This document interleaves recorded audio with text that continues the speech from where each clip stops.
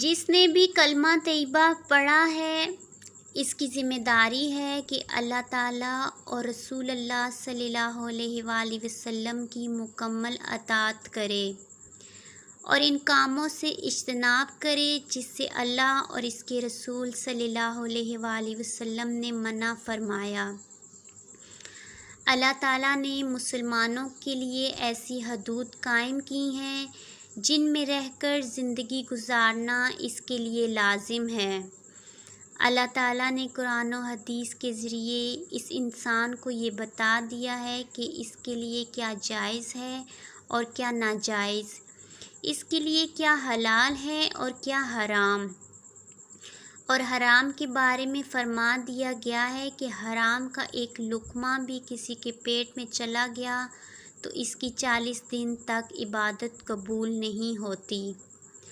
آج کا مسلمان خنزیر کے گوشت سے تو کراہیت محسوس کرتا ہے، اس کو حرام جانتا ہے، لیکن اپنی زندگی میں یہ جاننے کی کوشش نہیں کرتا کہ کیا وہ پیسے کی لالچ میں طریقہ اختیار کرتا ہے، آیا وہ حلال ہے یا حرام۔ جس شخص کی کمائی حرام ہوگی تو اس کی اولاد نافرمان ہوتی ہے۔ آج اگر ہم اپنے معاشرے میں مشاہدہ کریں تو اکثر والدین کو شکایت ہے کہ ان کی اولاد نافرمان ہے، اسی لیے چاہیے کہ ہم اپنی کمائی کے طریقوں پر نظر ثانی کریں اور حرام سے اپنے آپ کو بچائیں۔ آج ہم ایک اہم مسئلے کے بارے میں بتائیں گے جو معاشرے میں عام ہے۔ ہمارے محلے بازاروں میں کچھ لوگ مل کر کمیٹی ڈالتے ہیں۔ ایک مختص رقم ہر ماہ ممبر کو جمع کروانی پڑتی ہے اور مہینے کے آخر میں اکٹھی رقم ایک ہی شخص کو مل جاتی ہے۔ سوچنے کی بات یہ ہے کہ ہم کمیٹی ڈالتے ہیں، یہ جائز ہے یا ناجائز؟ فقہ کا اس بارے میں کیا کہنا ہے؟ کمیٹی کے ذریعے مالی مدد کا حصول ممکن بنانا کوئی عمل نہیں بلکہ بہت پرانا طریقہ ہے۔ آپ کو بتاتے چلیں کہ وقت کے ساتھ کمیٹی کے طریقوں میں کچھ نئے طریقے رواج پکڑ چکے ہیں۔ کسی کمیٹی کو لکی کمیٹی کا نام دیا جاتا ہے اور کسی کمیٹی کو بولی کمیٹی کہا جا رہا ہے۔ سوال یہ پیدا ہوتا ہے کہ اسلام کمیٹی ڈالنے کی اجازت دیتا ہے یا نہیں؟ کمیٹی کا کون سا طریقہ جائز ہے اور کون سا طریقہ ناجائز؟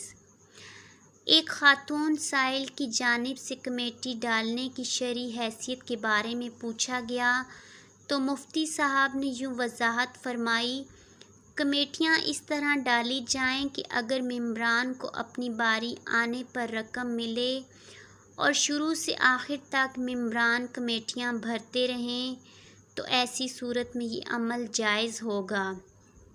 مزید وضاحت کرتے ہوئے ان مفتی صاحب نے کہا ہے کہ عمومی طور پر لوگ اپنی بڑی ضرورت کو پورا کرنے کے لیے کمیٹیاں ڈالتے ہیں جس میں ممبران کی مخصوص تعداد مقررہ ہر ماہ رقم جمع کرواتی ہے۔